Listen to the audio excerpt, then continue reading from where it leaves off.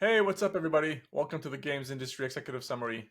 This is Casey, and we have some awesome news on a personal Mighty Diamonds level, and obviously the normal news that you are all accustomed to.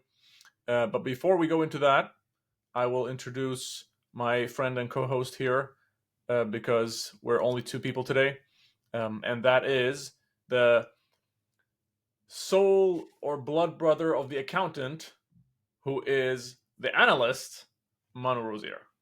Hello. Welcome aboard, Manu. Hello. Let's How go. are things going? Good. Many interesting things this week.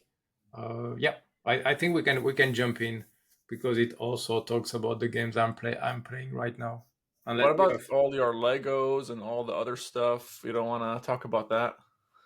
Well, if you want to buy Lego Star Wars, this is the weekend because it's May the 4th event. Oh, yes. And Is also, there? I was 2 days ago. I went to see Episode 3 in the cinema because they are re-releasing the 20-year anniversary of Star Wars Episode 3. No, it's too late, but it was amazing to show that movie to the kids for the first time in a cinema. Is there a Star Wars Lego that people should care about, or is like unique to this? Yes, they should care about the Jango Fett spaceship. I think I see it now. Give me a second. I'll Yeah. share that. You were talking about this thing, right? Yes, absolutely. It's just released. It's being released right now. Okay. It's the same ship as Boba Fett, but Yeah. it's different color combination, and I think this one is really amazing. Maybe you can put them together and become like a super ship. Yeah, maybe or maybe not.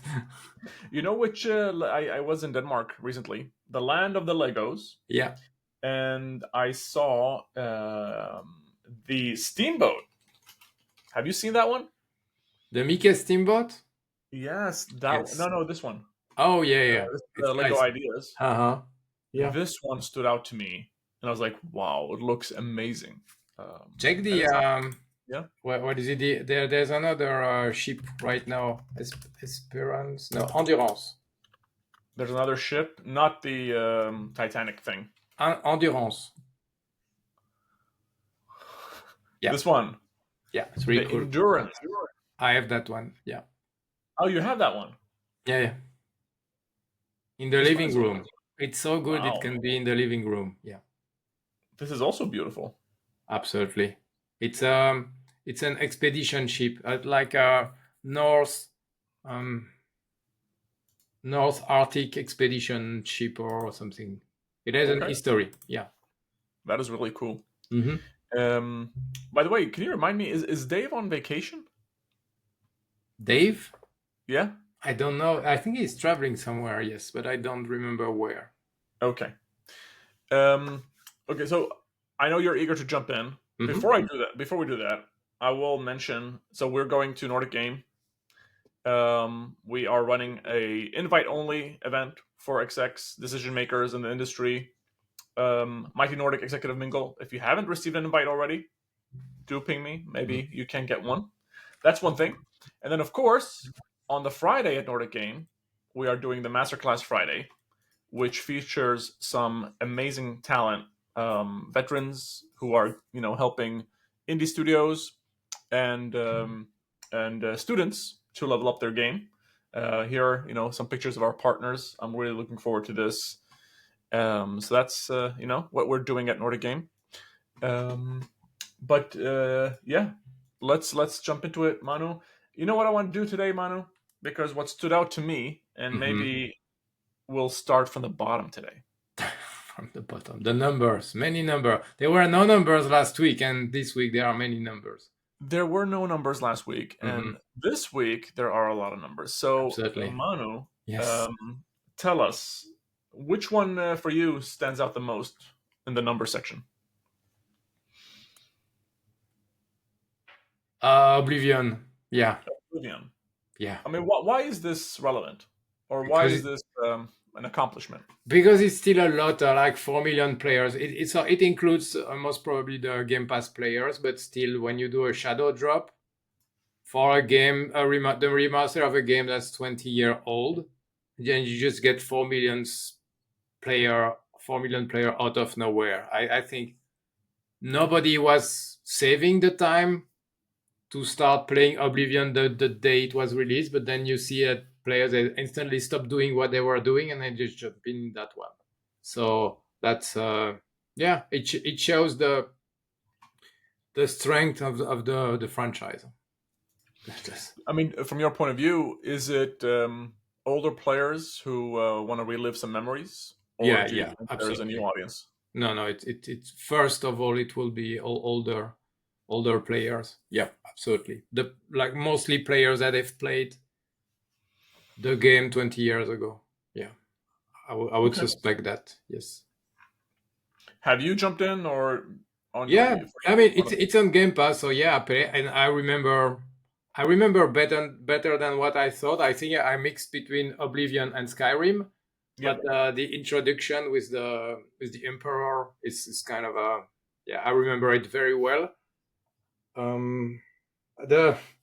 The funny part is that the gameplay of Bethesda title has not that much evolved in the last 20 years, so it still feels at the same time relevant and aged. If you play Starfield, you will see a lot of similarities, for the good or for the worst. One of the biggest challenge for me as a player is the number of loading screens. It's an open world, but for any simple smallest shack or little house, there is a loading screen, and that's always an opportunity to stop playing the game. So I think this is still a big challenge, a big friction point, I would say. And you find, and that's what was one of the major complaint of Starfield also. So it seems like it's not if you remember when Blue Point did the remake of of Demon Souls, Mm-hmm. that was a completely different game almost. Because it was a remake. Yeah. Oh, this one is just a remaster. Yeah. That explains a lot. Explains a lot. It's more of a visual remaster because they are using the Unreal Engine 5 for the visuals. Yeah. But they kept the older engine for like the back office of the game. All that's happening in the mechanics, the backend. feature Yes, sets. the backend, the progression system, and things like that. I mean, I from a think, visual, sorry, Mano, from a visual point of view, it looks amazing. yeah, absolutely. And I was thinking about, I was reflecting on why is it better than a Starfield, and I think there is a big challenge with anything that is futuristic or space exploration related. It's like having a lot of planets doesn't make it more compelling. Sometimes it's just better to have one or two planets very well detailed rather than trying to explore the galaxy, because it can feel very quickly repetitive somehow. So yeah, I think that's why Heroic Fantasy is doing so well when it comes to RPG, open world RPGs, and they are still the best ones around. It's because you can relate to the environment. These are forests, these are woods, these are cities. I don't know if you make it right. I think this is still the best setting. It's not my favorite setting, but I think it is the best. Yeah. And speaking of RPGs, Mm-hmm. the number 2 item on your numbers list, Yeah. the talk of the town, Yeah. Claire Obscur Expedition 33. Game of the year number 3. Okay, Manu, and you know what's interesting? There is this Korean gaming event called G Star, and I'm helping them out. Find speakers, and like immediately they reached out today. It's like, hey, can you find us somebody to come and speak from the studio? Yeah. But yeah, so first of all, can you be kind, because I think last week we just went through it pretty fast. Of what is Claire Obscur and why does it matter? So it's an RPG similar to the JRPGs, but it's done by a French studio. Okay. The environment, the music, the tone is very French. I mean, the introduction happens in some version of Paris where you see the Eiffel Tower. It's very, very polished from a character design, a story, from a music, from everything. It's basically there is a clear vision about that game, and a great execution. I think also from a technical standpoint, it's really good from what I've read. You see, the guy looks like Robert Pattinson. If you know the actor, it's Yeah. not him. Like I don't think it's his brand, Oh, but yeah. it's very Nose. much inspired by him. Okay, It does. Yeah. He and looks very similar. everything feels very French, but at the same time, it also feels like a Final Fantasy in the sense that the design of the enemies is really weird. Sometimes the enemies are just objects that are transformed into enemies. So I have a lot of it reminds me mostly of Final Fantasy. Here's what I love about what you just said, by the way, Manu. Mhm. It reminds you of Final Fantasy Yeah. because Final Fantasy back in the day, in my opinion, up until 10, they were mixing different, cultures or whatever, and making something unique. Mm-hmm. And I see where this is coming from because everything after that feels very bland compared to what we're looking at right now. Yeah, absolutely. Another game that this game reminds me is a game called Lost Odyssey. Mm, If you can check that one. okay, Um, I can't take off my eyes off the screen of this one. I it's mean, beautiful, huh? yeah, it's amazing. And if you turn around, you will see the Eiffel Tower, which is kind of painted. But Like there wait a was, second. Who is this studio? it's a new studio. I mean, it's a studio that has been working on the game, I believe, for more than 5 years. Yeah. The marketing around it is like these are ex Ubisoft developers, but I think this is not really. This doesn't define them that much. They don't even have wiki page right now. Yeah. Sandfall Interactive. Some people in the team used to work at Ubisoft at some point, but I think that that's all. It's just mostly because they are based in France, and yeah, But I'm sure people are fighting to invest or buy a stake at the studio at this point. yeah, most probably. And the publisher is also on a good streak. If you look at the publisher, If I um, go back it's two steps Kepler. here, Click on Kepler, Kepler. yes, absolutely. They've released another good game recently. Yeah, Sifu. Then if you go down, Scorn, that was a go good game. down. They are behind Rematch. Okay, we discussed about Rematch recently. Ah, well, Rematch is also the Sifu people, right? Yeah, absolutely. Yeah, Yeah, but I think it's quite. that one is As a good. publisher, they have Pacific Drive also, who had some hype last year. Pacific Drive. Pacific Drive. Oh yeah. I know Ultros was really cool as well. Chia was Uh, not bad as a kind of a oh yeah, that this is the one. casual open world game. I don't know. I feel good about this publisher, to be fair. I think they are picking up the right titles. Yeah, And they're being specific. maybe Claire Obscur is going to be their breakthrough release. Yeah, I guess I need to it invite works. Alexis Garavarian. I hope I'm not Absolutely. butchering that name. Yes. Alexis, if you're listening, reach out to me. Yeah. Okay, you were mentioning. Sorry, if I go about Claire, you want me to look at another game that reminded you of which one? Lost Odyssey. Lost Odyssey gameplay. Ah, this one. Yes, I remember this one. This Yeah. one is PS4, right? Yeah. It's a no, if not three. It's a No, no. sorry. This is yes, 360. I think this was an exclusive to 360. It's a Yeah, Microsoft. potentially. It Yeah, was again a game similar to Final Fantasy, but not a Final Fantasy. I don't even yeah, remember who was the publisher or the studio. yeah. But it felt like Final Fantasy, but different from it. And I remember I had very good emotion about the game when I played it back then. Yes, for me. And this is the same with Claire Obscur. I'm playing it slowly because I don't want to consume it too quickly. There are a lot of very interesting twists compared to the traditional Final Fantasy formula. And I think it's about that, you need to be true to your ambition and your vision. You need Yeah. to have a great execution, and you need to come with something that might not be 100% innovative, but you come with a twist, and you come with some tweaking in your gameplay. or an angle that's different. I think the angle here is also the French element. It's not, you don't have many games based in Paris or in France, so I think there is this refreshing setting, to be fair. I will add, Manu, that this seems like to be a studio that is below 50 people. Yeah, there is about, they claim about 30, 33 people, but this is excluding, obviously, third parties doing testing, voiceover, and things like that. Probably on the Art. creative side, yes, absolutely. Yeah. But I'm really impressed. Like we said before, it's the talk of the town. Yeah. And yeah, congratulations to the team. I mean, this is absolutely something to look to keep on the radar, so to say.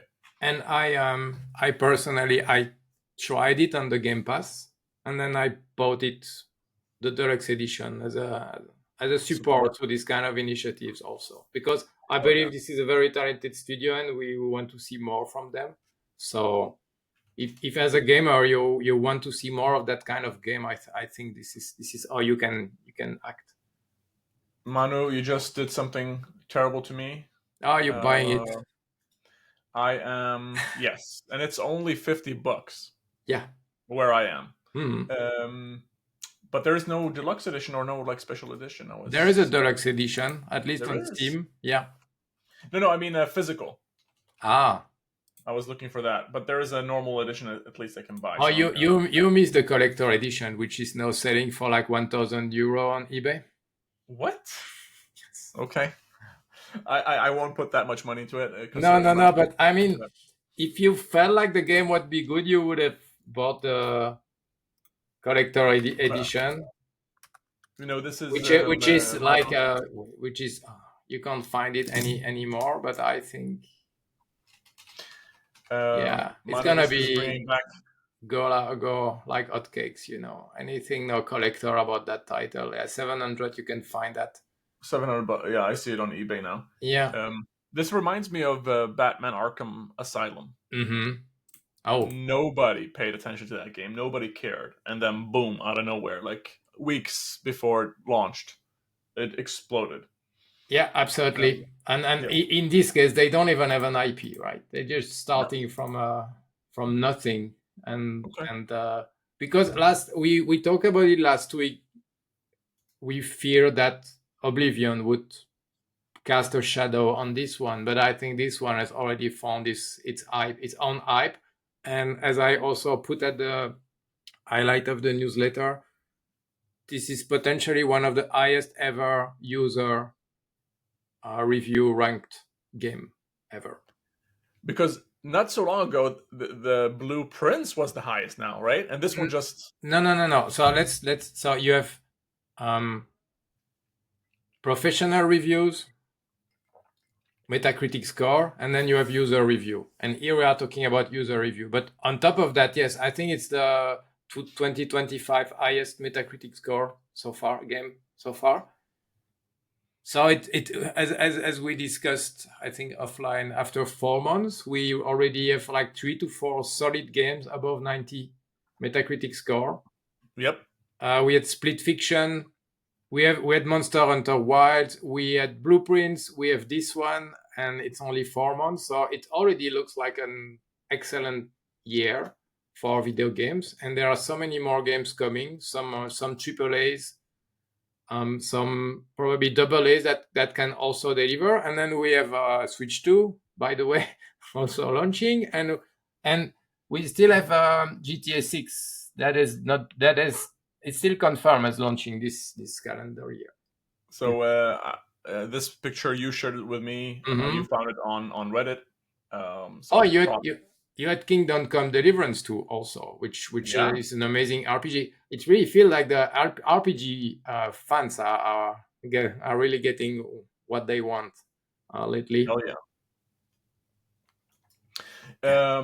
Okay, Manu, let's finish off the numbers then.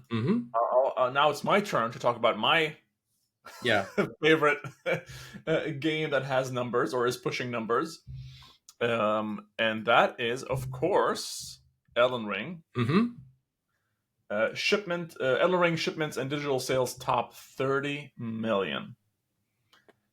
But this is over a 2-year period plus, right? Well, this is since the beginning. Huh? Yep, yep. But talk about, like, if you would pitch this game or pitch, the Dark Souls or the Demon Souls in a world where these games wouldn't exist, people would laugh at you. Uh, like, how did they? Do you? Maybe it's too hard of a question to ask right now. But what do you think was the reason for them to be able to break this barrier of, if you would look at this game on face value, you would say, yeah, this is just a hardcore, quote unquote, hardcore game. Mm-hmm. But then you turn around and 2 years later, okay, 30 million people or sales. Don't underestimate the core players. I think core player base in general. I think what allowed them to move outside of their usual user base is the fact that it became a true open world game. Mm-hmm. Before, it was not really a true open world. It was more like sections of games of environments. So I think that unlocked an additional audience, a more casual audience somehow.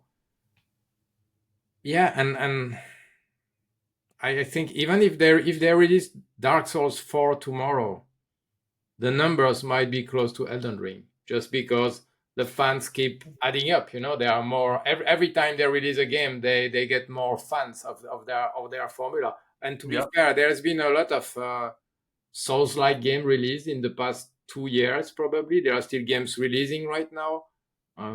So I think the publishers have noticed that it actually works, and people are also looking for challenges.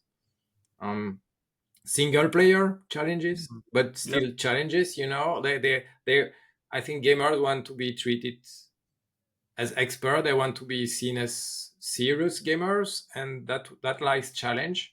So I think it can also somehow increase the replay value, the play time, as long as it's not too much. For example, personally, a game like Sekiro, that's too much for me. At some point, I give up. I don't keep playing until I get good. I think for me that was too much, or maybe I didn't have the right approach, and I didn't want to change how I approach this kind of games. And I know the gameplay is different. Yeah. Okay, if you find the right balance between challenge and rewards, then you have a winner. And when it comes to demographics, so I usually, I always think like that, or I tend to think like that. Like, okay, so Demon Souls launched 15 plus years ago. Mm-hmm. So people were born during that time who are now 15 years old. And in my experience, I think the golden age of my own timeline and life of playing games where you have endless amount of time is between, let's say, 12 to 18-ish. Yeah. Are those people interested in these types of games, or is this game, when we talk about Elden Ring type games, or is that for a different generation of players, like people like us with gray hair?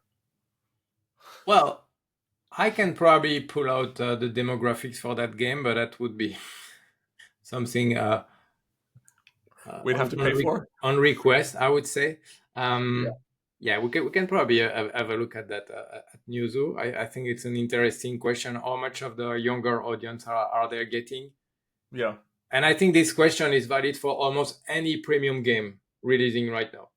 What is the proportion of Gen Z and of Alpha actually willing to buy a premium game?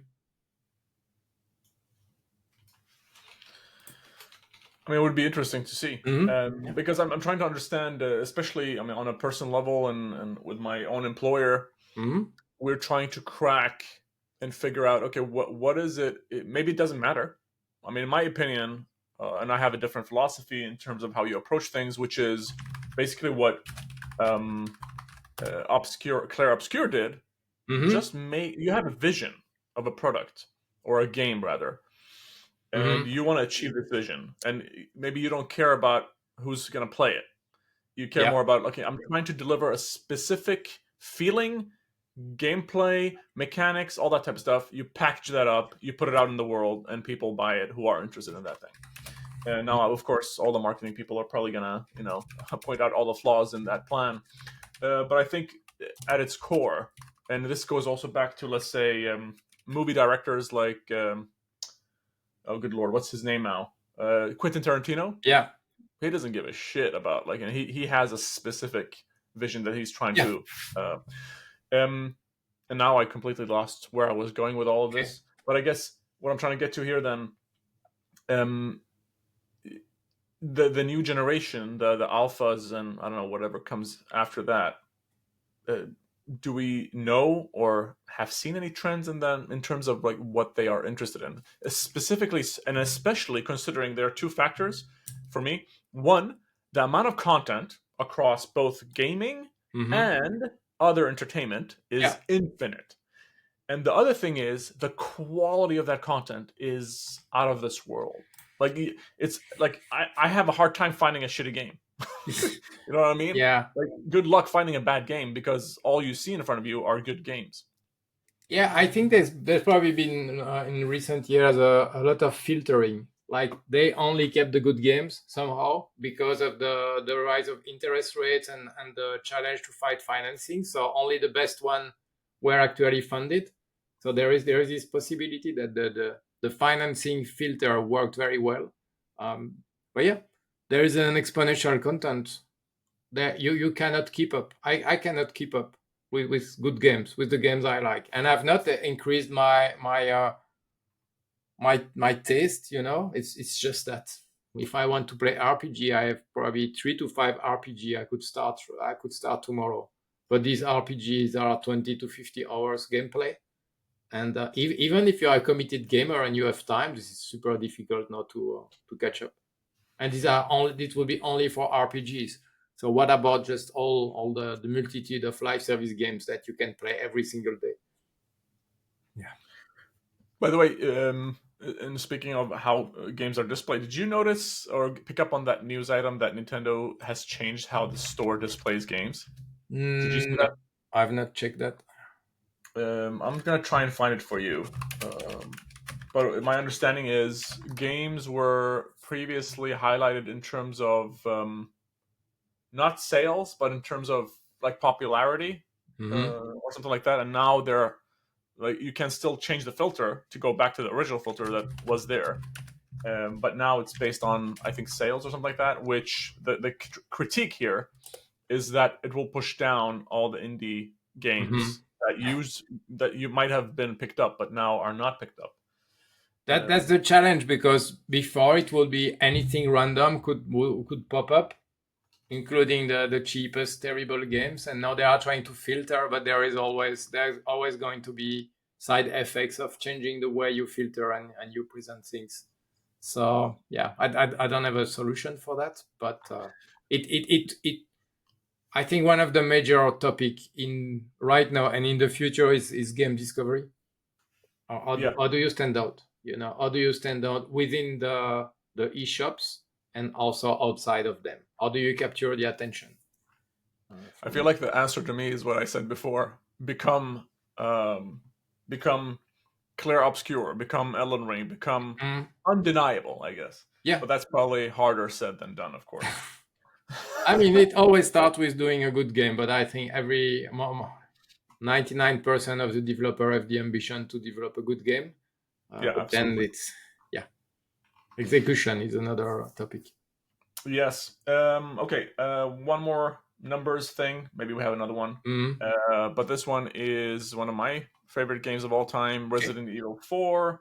Yeah. Top 10 million. And this is remind me, is this a remake or a remaster? Remake. Tops 10 million units. Yeah. The biggest one for Capcom. I mean, biggest Resident Evil, if I remember correctly. Not? Sorry, you were saying? Wait, I read somewhere that it was the biggest or the fastest one to reach that milestone. Okay. I'll have to check.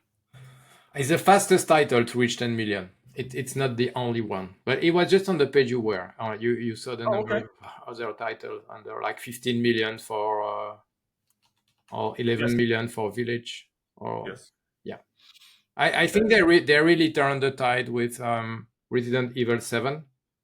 From there, they were very smart in their strategy to just release new games and at the same time amazing remakes of older games. So what we have left, I think they have maybe Resident Evil 5 as a potential remake. Then I think I heard was Code Veronica or another one that was suspected to become a remake at some point. Yeah. And then we start hearing about 9, which is the next installment in the franchise. Okay, I'm looking forward to that. Mm-hmm. Okay, and the last item on the numbers: Crusader Kings 3 hits 4 million copies sold, ahead of the new DLC Khans of the Steep expansion launch. Step, yes. I know that I remember that I think they had like 1 million players in less than a month, if I remember correctly. Crusader Kings 3. Yeah. But I would have thought by this time, because it launched like 4 years ago at this point, I would have thought that the sales would be, almost double the number. But I guess the audience is much smaller for this type of title. Yeah, I think probably at some point you reach your ceiling in terms of people interested, unless you I don't know if you put it in the Game Pass or somewhere else to just even increase it. Yeah. But yeah, so I think it probably shows the ceiling for this type of game. It's a great game, but you cannot sell 10 million units of that type of game just because this is just how the market is. Yeah. It still remains a strategy game. Ultimately. You know what's interesting about that game? Mm-hmm. It's a live service game. Ah, yes. Yeah. No, I agree. This one is. Oh, I mean, yeah, this DLC. Okay, Manu, I'll take us to the top. The highlights. We won't talk about Claire Obscur. We already know it's the highest user scored game ever. Maybe, by the way. And then it's an amazing game that people should check out, both the studio and the game itself. But the second item on the highlights that you have here, Star Wars Tales of the Underworld, sets premiere in Fortnite 2 days before Disney Plus premiere. Is this a movie, or what is Tales of the Underworld? Right. Frantic typing. Yeah, it's a TV show on Disney Plus. It's a animated TV show. So I think, we heard a few months ago that there was this big agreement between Fortnite and Disney. So we still expect this Disney map or world to be in Fortnite. And I think what's interesting is that we talked again about Transmedia. And in this case, if you want to see a piece of content first, you have to watch it in Fortnite. So I think it's great. The other thing that they've added is like they are giving away a free Stormtrooper skin if you link your Epic account with your Disney Plus account. I know that one you've been trying to push us in private chats to do. Give me a second here. I'm just trying to get this trailer to go. So this is a Fortnite thing, right? Is that correct? No. This is a Disney Plus thing. Okay. But this is the series we're looking at right now. Yes, that you can watch first on Fortnite ahead of watching it on Disney Plus. Oh, wow. Yeah. So you log into Fortnite and you can watch the actual episode inside of Fortnite. The 2 first episodes, yeah. And they've done screen viewings before of movies and stuff like that, but this is the first time that it is available ahead of the official release on Disney Plus. I'm going to tell my kids about this. This is interesting. Mm-hmm. Let's see what their reaction is. Because if you remember last time, there was a big thing. It was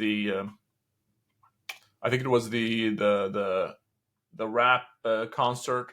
You had Eminem and some other. Yeah.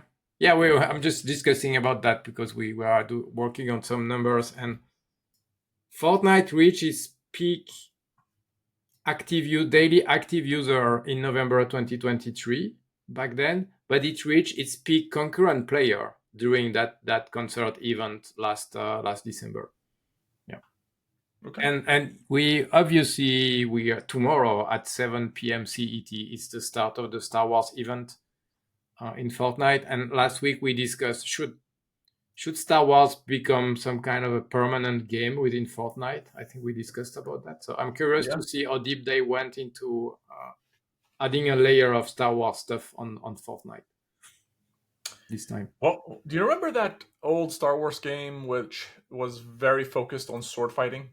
Um, Sorry, what was the question?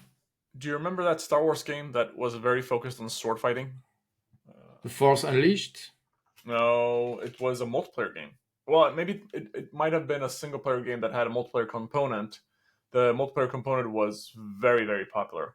This was 20 years ago. Oh, Um, Galaxy of Heroes?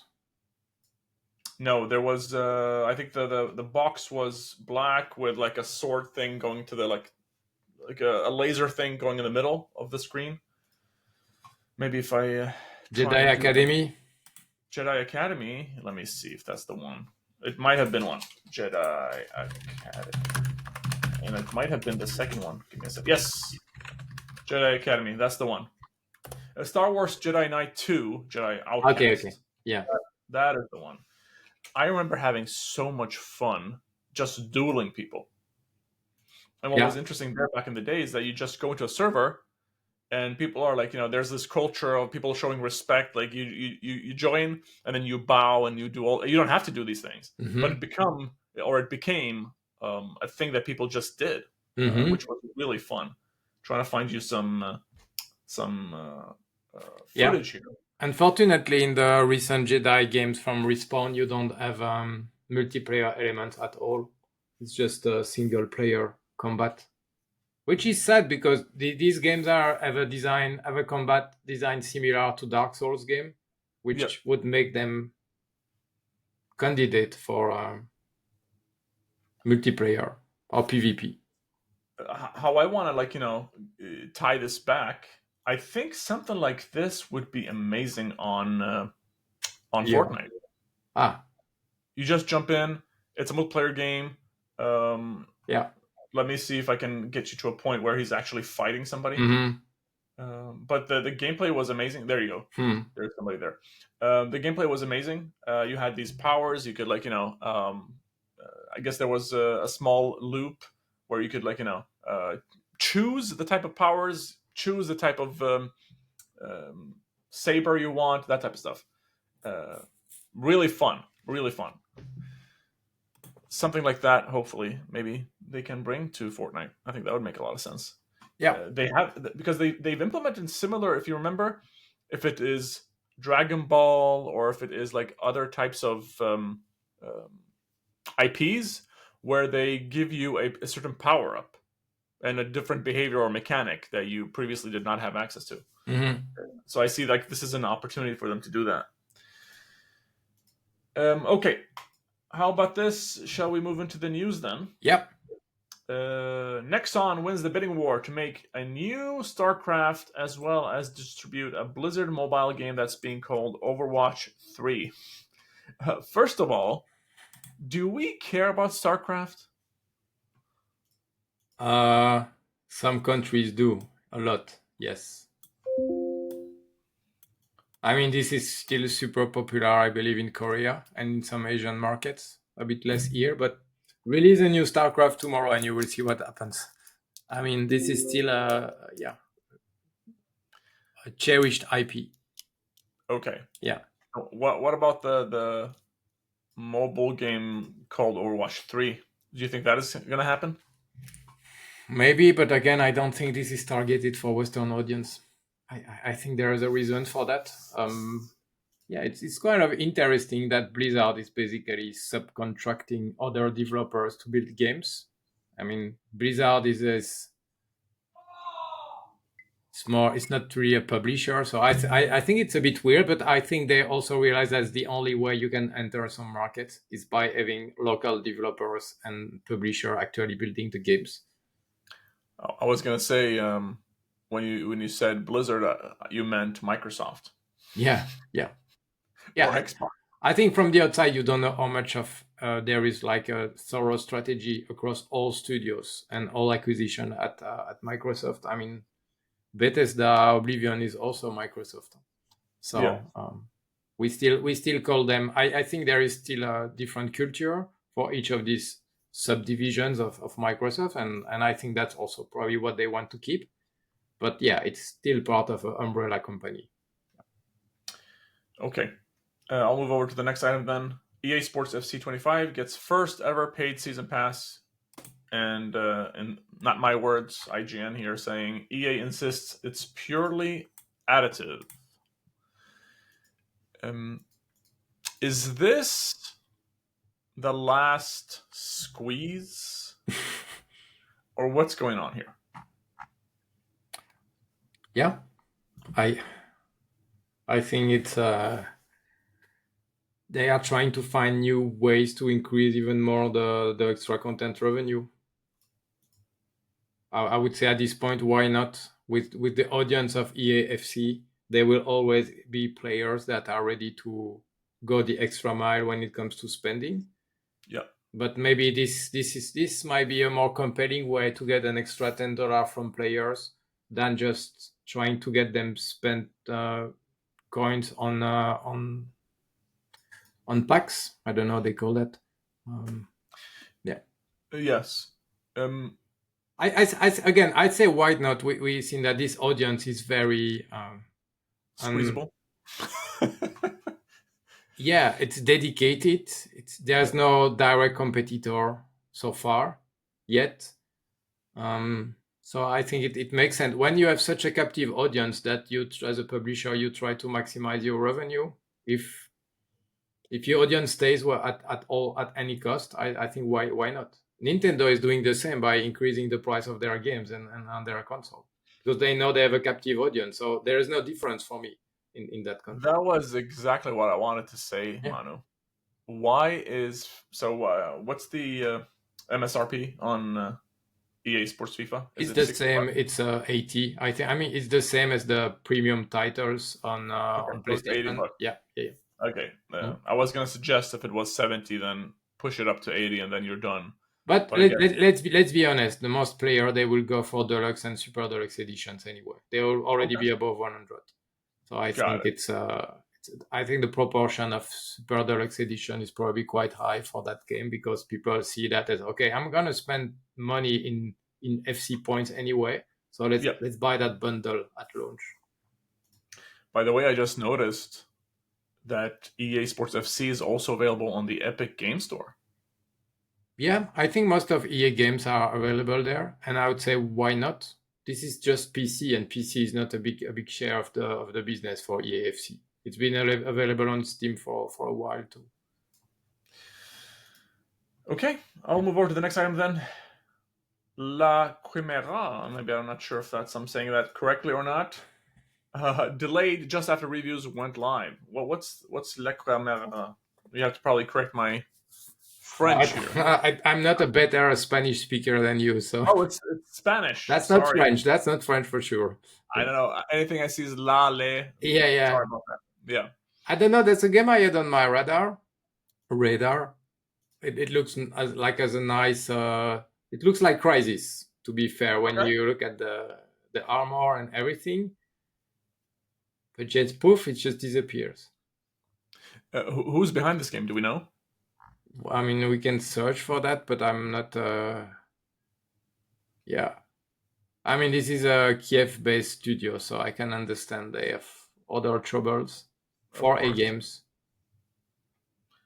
But apparently, the reviews were not great neither. So I don't know if it's just external or other factors explaining that. But it looked good. It reminds me of oh, good lord, what's the Gorilla game? The Gorilla game shooter.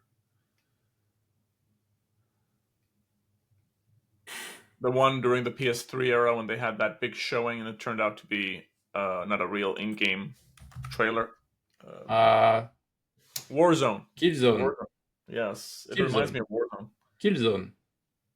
Killzone. Thank you. Warzone is a Warzone is a different type of game, but Killzone, yes. I'm getting some Killzone feelings here. Yeah.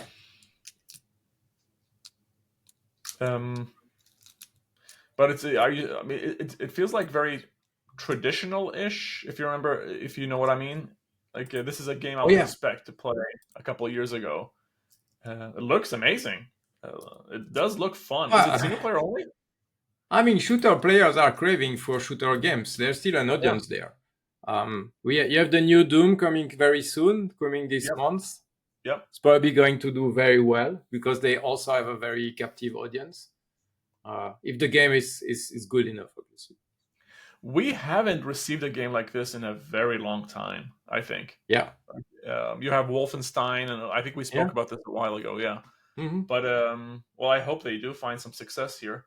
Because most of these shooters, they are either becoming multiplayer games or there is this RPG element, like the extreme RPG element. Then you move into games like Stalker, for example, which are RPG shooters somehow. Okay. Well, I hope they can turn it around or do something to, the trailer looked really good, but Mm-hmm. we'll see. Okay, and then the next item on the news: Borderlands 4 release date has been changed, now launching sooner, Yeah. September 12th, to get out of the way of GTA, I assume. They Is would that not say that. They would say it's independent from that. Of course it is. Of course it is. I don't know. You can, if you go that way, then you can consider that GTA 6 is actually releasing in this year. Yeah. Which is not a consensus right now. Many people think it will not be. Okay. Or maybe just because Marathon dropped their release date on the exact same date as the old date of Borderlands 4. So they're maybe trying to be ahead. But I think it's remarkable that for once a game is releasing earlier than initially expected. It means they probably also kept some latitude in their release dates and some buffer. I'm curious about Borderlands 4 because Borderlands games have been massive successes, but mostly in the US. And I don't think Borderlands 3 was that great, but I don't know what they can come with. And let's not forget, it's on the back of their terrible movie. Which I watched, by the way, last week. Okay. But I watched it in the form of every minute or so I skip forward like a couple minutes. Okay. Yeah, so that's my way of watching it. Yeah. Yeah, that was an interesting movie, I guess. and I'll leave it at that. Mm-hmm. Okay, the last item is interesting to me. 80% of Roblox users are on mobile, contributing 46% of Roblox revenue. Yeah, which means a lot of players are actually spending money on other platform, on HD platform. Is it out of conveniency or is it out of just demographics? I don't think we have the answer there.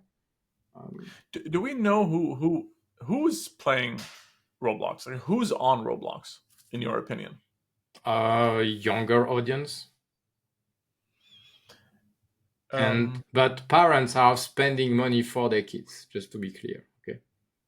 It's not. It's very easy access. I don't know how, I don't know how to put it, but it's the barrier to entry is very low. Yeah, absolutely. So 56% were under 16-year-old. Okay. So you have 2/3, if not more, 3/4 of your audience, which is probably under 24. Yeah. I don't believe adults play Roblox that much. I don't. I mean, I play Fortnite with my kids. I don't play Roblox with my kids. So maybe that's the barrier I have. What I've noticed again with my kids is that the time they used to spend playing Roblox on mobile devices has now been moved to playing on PlayStation since Roblox was released on PlayStation 15 months ago. So yeah. I think there is some cannibalization of game time between mobile and HD platform. There was a news item a couple years ago about them, and when I say them, I mean the Roblox company. trying to do more serious or more beautiful games in their platform. Is Mm-hmm. that something that has materialized in any shape or form? They are limited by the visuals, okay, to Okay. make it something look serious. I'm not sure they have that kind of ambition, or I'm not sure this is really delivering right now. Um, I think some brands, some more adult brands are in Roblox, but they are basically trying to get in the mind of a younger audience so that it will deliver, and when this audience is actually able to spend money. Yeah. But from a pure experience standpoint, I still you still have the same kind of experience that are very popular. It's the build your own empire type of game. It's the pet management, companion Dressing. stuff, zombie. Yep. There's not. Yep. I don't think there is a lot of successful experience that have really like great narrative experience or things like that. There is a really cool RPG-ish type Mhm. game. Um, I can show it to you later. Yeah. But it's in the top 10 revenue generating Oh games. yeah. But I think ultimately Roblox is still about multiplayer experiences Yeah, rather than absolutely. anything else. Yeah. I don't know what you want to call that, by the way, Manu, because it's single player, but you're all in the same world.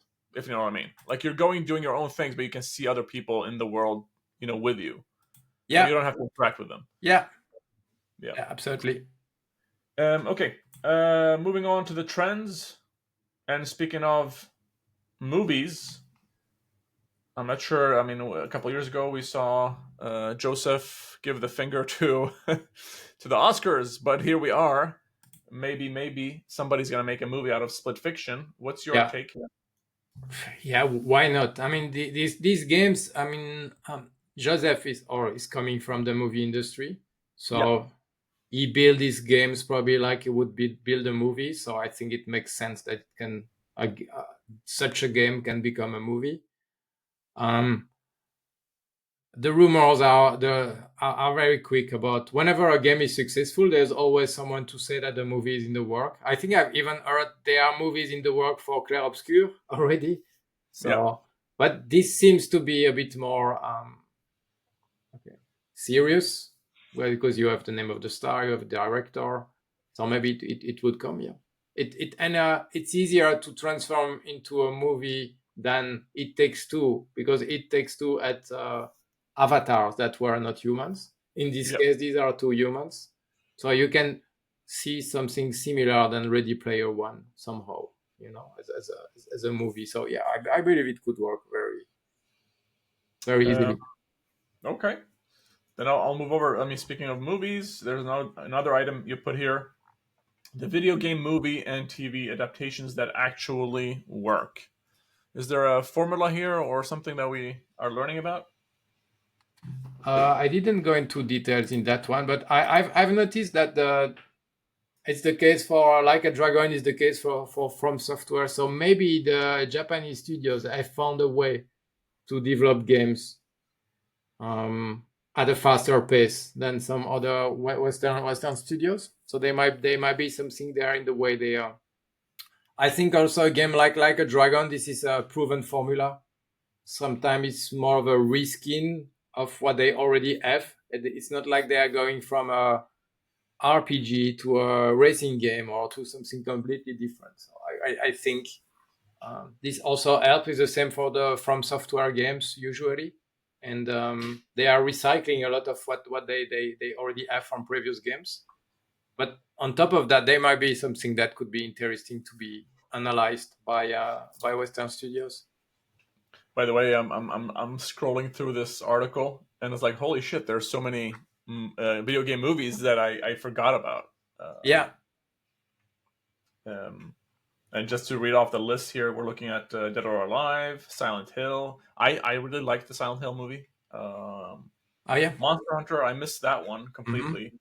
Of course, you have Resident Evil with a bunch of them, which they were okay. I just didn't like that they didn't follow the actual real story of Resident Evil. Mm-hmm. Mortal Kombat.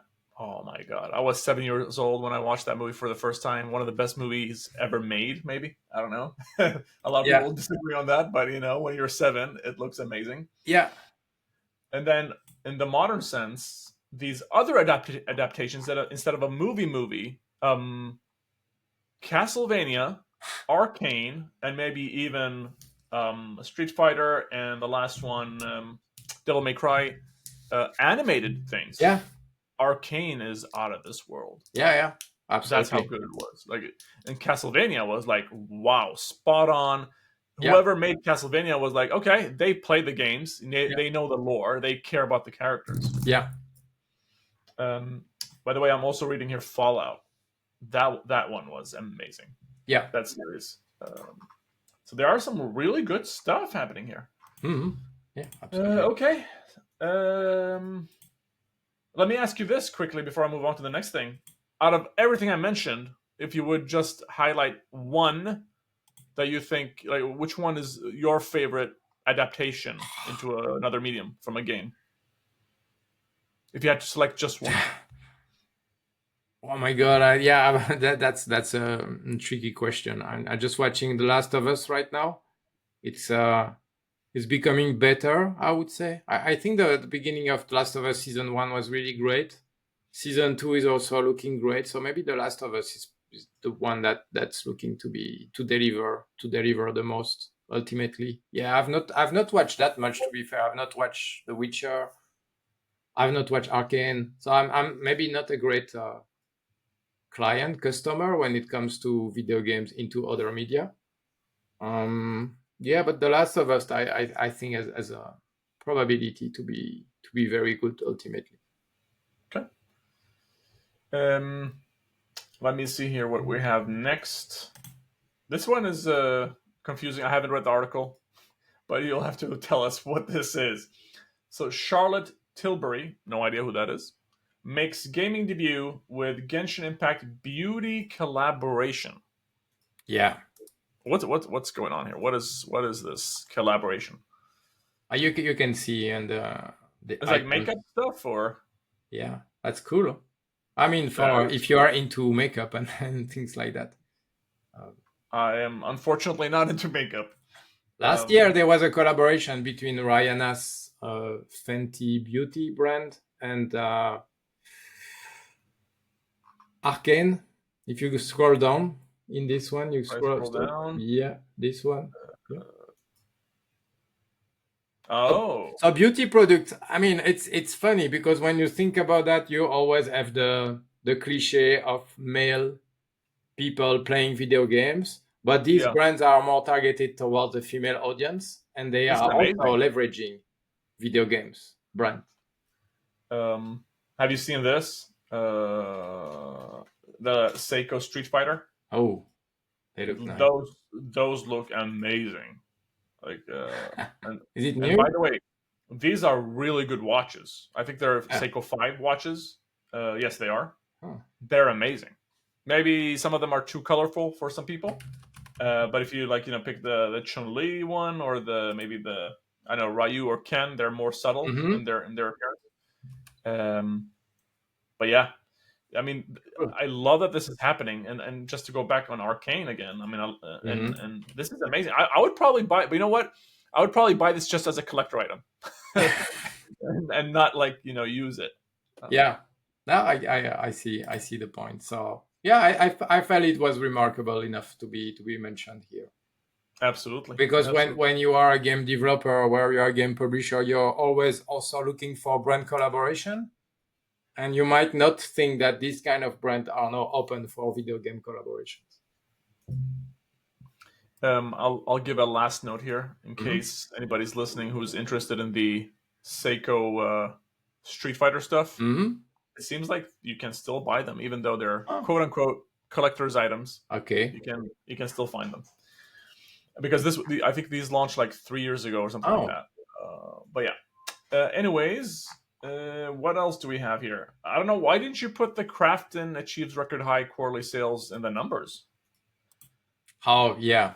Because I already had so many numbers. I had 5 numbers. It's all about numbers today, baby. yeah, exactly. Okay. So Krafton achieves record high quarterly sales in Q1. Do we know Mm-hmm. what is contributing to that? PUBG. PUBG. Mm-hmm. And I don't know. They also mentioned Inzoi, so the sim competitor, but Hell I don't yeah. know if it has delivered yet in terms of revenue. But PUBG has been on a growing path. PUBG is a bit like Fortnite. So for years it was very popular. Then it felt a dip for 1 or 2 years, and then it went back. And if you look at PUBG, you can also see that the trend has been constantly growing for the past few months. I mean, this is You see? crazy, Yeah. Manu. Yeah. So launched. Okay, I guess I should have gone Yeah, way absolutely. back, Yeah, sure. but absolutely higher right now Uh-huh. than it was ever since 2019, 2020. Absolutely. Yeah. It's Yeah. it's a slow growth. It's most probably coming from the Asian and the Chinese mostly audience. Because Yep. when we look at the numbers, we cover mostly the Western markets, and we don't see that growth. But yeah, doing well. And also, this is only PC, so you don't even see the mobile numbers over there. Yep. Mm. Which are probably much bigger. And I think I've told you this story before. I was in Thailand vacation Mm-hmm. in one of these malls where you have small shops, right? Yeah. And I hear this very familiar sound of shots like being fired. Yeah. Where well, number one, where is this coming from? And number two, where have I heard this before? And then I turn around and I see a guy on his phone, Uh-huh. one of the shopkeepers playing PUBG on his phone. It's like, holy shit! Interesting. Yeah. Yes, Mm-hmm. yes, amazing. Mm-hmm. And the second note, by the way, PUBG, to my and your knowledge, has been on the top 3 on Steam for the past year or so, Yeah. which is crazy. Crazy. Absolutely. Yeah. Um, okay. One rumor. Did a canceled Blade Runner game just leak? The PS6 release date. Yeah. I mean, I feel like we barely started in this generation. Are we even ready for a next generation of consoles? Well, it's been 5 years. I feel like maybe I just haven't played enough games the past 5 years. Oh, you didn't feel the difference between PS4 and PS5 enough. Apart from the UI is so much snappier. Yeah. No, I mean this is more of a joke, but that might be one of the reason is that it's a continuation of PlayStation 4. Yeah, and Wait, is there? I mean, is there a Blade Runner game in the making? they've canceled it. I think yes, they canceled it Damn. for sure. But I think in terms of console cycle, usually the magic number for PlayStation and Xbox is 7 years for a Yep. console cycle. So there are debates between right now if the next one are going to release in 2027 or 2028. Between that, there might be the release of a portable version. You know, there are a lot of rumors about that, whether it's Xbox or it's some kind of PlayStation stuff. Let's do the Vita 2, baby. Vita Yeah. 2. Yeah. Where are you? So yeah, this is just a typical rumor. Okay, there's nothing more than that. Yep. Okay. I think I missed an item on the trends. Meta is cutting jobs at Reality Labs and Oculus. Yeah. I mean, our friends, unfortunately, at Fall Damage, Mhm. Swedish, maybe the number one VR studio in the world, Yeah. had to unfortunately let people go last year or at the end of last year. Yeah. Do we care about VR? Some people do or did. I think if you remember, also it was a big thing for Steam and for Valve a few years ago. They released their own device, and I remember Gabe Newell was all in VR. He released Half-Life Alex, anybody? but then they come back to they acknowledge that this is not the next Eldorado again. This is just a niche market.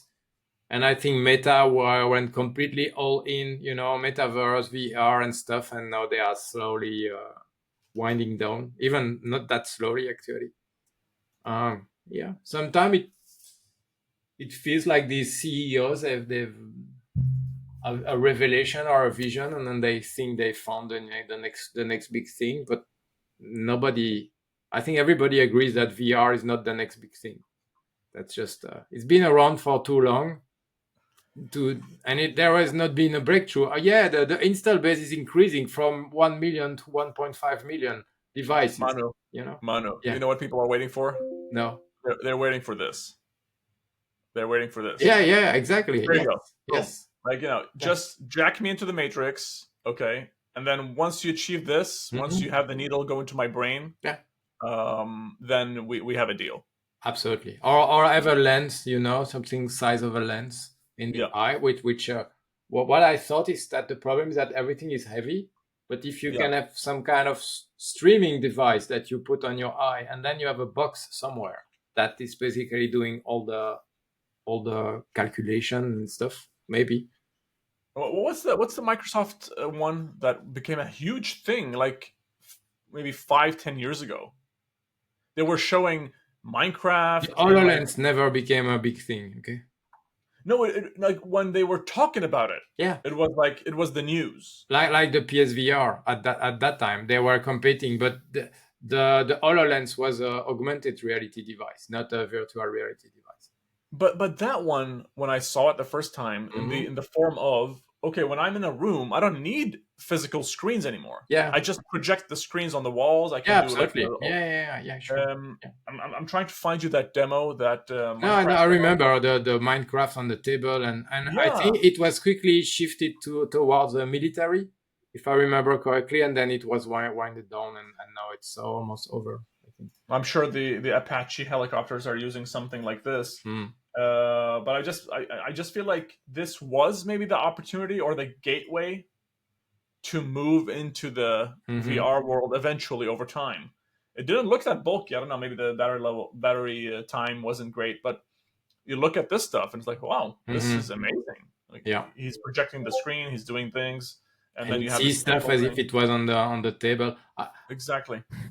I think this is useful also when you're thinking about you want to renovate a building, so you visit the building and you already see a layer of. But that's augmented reality. Pokemon Go is augmented reality. Pokemon Go is with your phone instead of glasses, but it's a similar thing. I guess it's just not on your face, basically. Yeah. But what's interesting here, Manu, as well, is this is 2015. Yeah. So we've had 10 years of Nothing. Technological innovation, but we haven't seen anything like this, get to the consumer level. That proves the point. Okay. Yeah. Manu, we've covered a lot of stuff today. Yeah. Anything you'd like to add, or are we happy? There is a tech demo of Arc Raiders right now. Ooh. Yeah. I've tried it. It looks great. It feels a bit more like the Division. Not much like Marathon. Yeah. But I think it's really a tech. I would not give any more feedback because it's a tech demo. It's not a content demo. But it feels polished. Yeah. It runs well. It looks nice. The challenge is always I'll make you this special, and compelling from an identity perspective. Yeah. But what I've seen is really nice to watch. Yes. Yeah, absolutely. And I think between all of these extraction shooters, we spoke about that a while ago in private as well. This one, has that Star Wars feel. Yeah. It looks beautiful. I hope it. The gameplay that we saw maybe half a year or a year ago, it was okay. It didn't feel like any. It didn't feel like evolutionary or new in any sense. But I'm hoping really that they actually do pull something really cool off here. And that the audience will follow, because that's always the challenge. I think it reminds me of a game called Generation Zero, which was also something a bit similar with robots and apocalyptic world. Yeah, absolutely. There was one more thing I wanted to add there, but it slipped my mind. Never mind. Yeah, I guess it wasn't that important. Manu, thank you so much for joining me today. It was really fun, talking to you and poking in that brain of yours and extracting all the valuable information. Everybody else, thank you so much for joining us, and we hope to see you on the next one. Bye-bye. Bye.